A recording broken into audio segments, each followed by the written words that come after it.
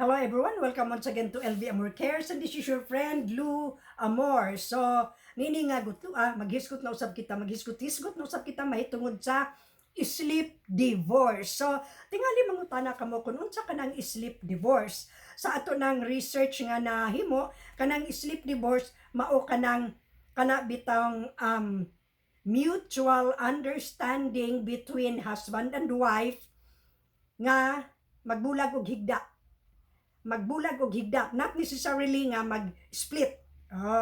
So magbulag sila higda tungod kay daghang rason, or kung dili lang gani kini between husband and wife, kung dili bisan sa mga magsuon, kay doon na may mga magsuon nga kana bitong nag-ipon ra pud og higda sa usa ka bed or usa ka room, no? So kung dili sila magka uyon sa mga hinungdan, mao kanang sleep divorce. Now ari kita sa panagtiayon tungod kay it is usual manggod nga kung husband and wife mag tapad gina sila gigda, no, kanang tingkatulog na, no? So adunay mga managtiayon nga magsabot lang gid sila nga sleep divorce. Ngano adunay mga hinungdan. Ang una, kung ang asawa or bana kusog mohagok dili makatulog ang usa ka party. So magsabot sila nga mag-sleep divorce, either magbulag og katre og higda or kwarto gyud, no, adto gyud sa laing kwarto. Doon ako'y nahinumduman, doon ay magtiayon nga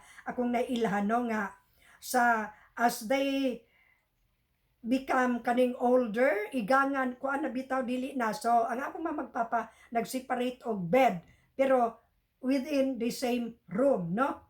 Sultihan ra po na kung unsay hinungdan. Apan doon na po ko nahibaw-an nga ang husband sa dili pa maadto sa iya ang room tungod kay sleep divorce man sad sila, adto sa siya sa room sa iyang wife, no?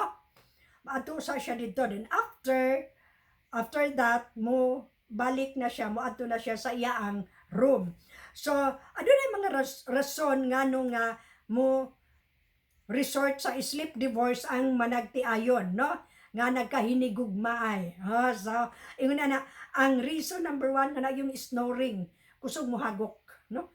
Kusog mohagok kay doon ang mohagok sa usa ka party, di gyud katulog ang pikas, no? So may lang og silang duha mohagok, maglumba sila pero di man sad na mahitabo.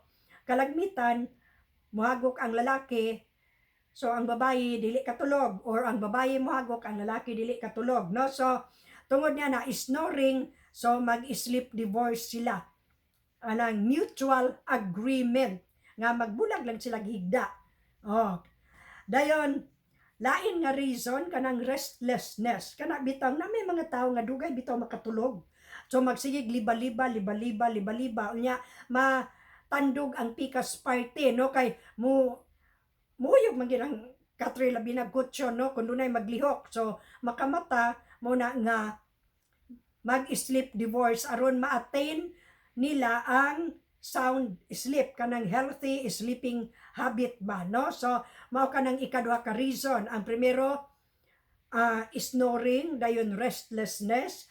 Ang ikatulo ni ana kanang frequent trips to the bathroom or toilet na may uban nga palaihi gyud magabiin, no? So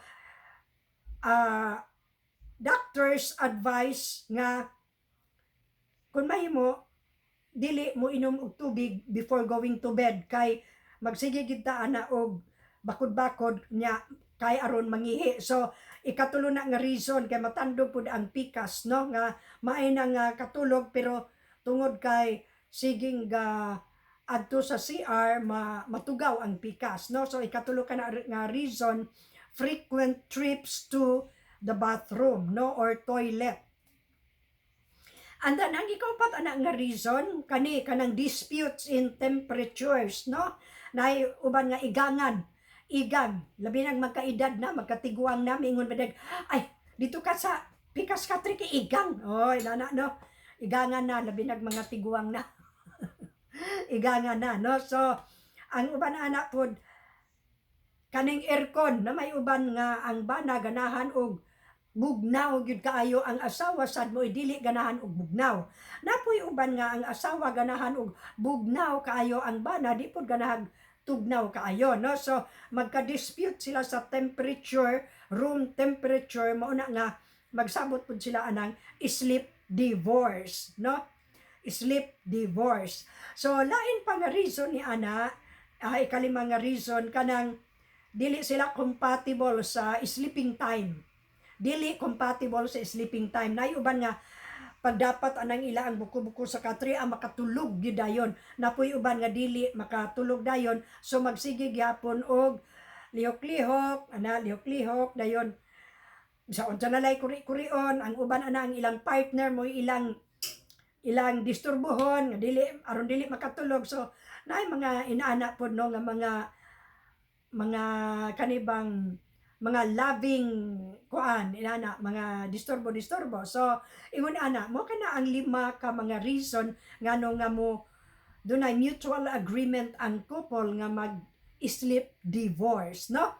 Pero dili lang kana may tungod sa married couple ang sleep divorce. Dunay uban nga mga igsuon tungod kay ang uban pod gamay ra og kwarto ang balay, so mag ipon rag higda sa ka room. Adunay magsuon nga dili the same reason, restlessness, frequent trips to CR, dayon kanang dispute sa temperature, mga dili compatible sa sleeping time or habit, or unsa pa ang uban ana snoring, no? So naay mga magsuon nga magtagsa og bed kay aron makatulog lang. Mo kana na siya dili lang any couple nga basta kay nagtapad og higda makaayo usab kanang sleep divorce aron ma-attain nila ang healthy sleeping habit, no? Healthy sleeping time. Kay maot man di ta katulog, grouchy ta dayon, dili moody ka ita pa the following day dayon dili ta nindot ika istorya, no? Katungod kay kulang og tulog. So kanang sleep divorce maayo pud kana siya aron ma-attain sa ako nang gingon ma-attain ang maayo nga pagkatulog sa usag-usa between husband and wife or bisan pa sa managsuon gayod, no? So ingon ana usa kana siya sa maayo gyud nga kuan. Maayo ba kini nga buhaton labi na sa magtiayon? Adunay ubang magtiayon nga makaayo, aduna puy uban nga dili, no? Dili. Nay uban nga magtiayon nga bahalag mag dili ta katulog basta kay mag-unong gyud ta, no? Napoy uban nga sige aron makatulog ta mag tagsa-tagsa tag kwarto, no? So pero sa ako nang ginaingon dili kana nagpasabot nga maot silang relasyon, no? Aron dili mamaot ang relasyon, mag-sleep divorce. Mao kana siya. So mao kana ang mga hinungdan ngano nga adunay sleep divorce. So ni ako karon sa kwarto aron pod mahimong true pud ning ato ang gina-share dire may tungod sa sleep divorce. So bakante ni siya nga room actually. So mao kana mga palangga, mga igsuon may tungod sa sleep divorce, no? So mao lang kadto ang atong sharing may tungod ni ana.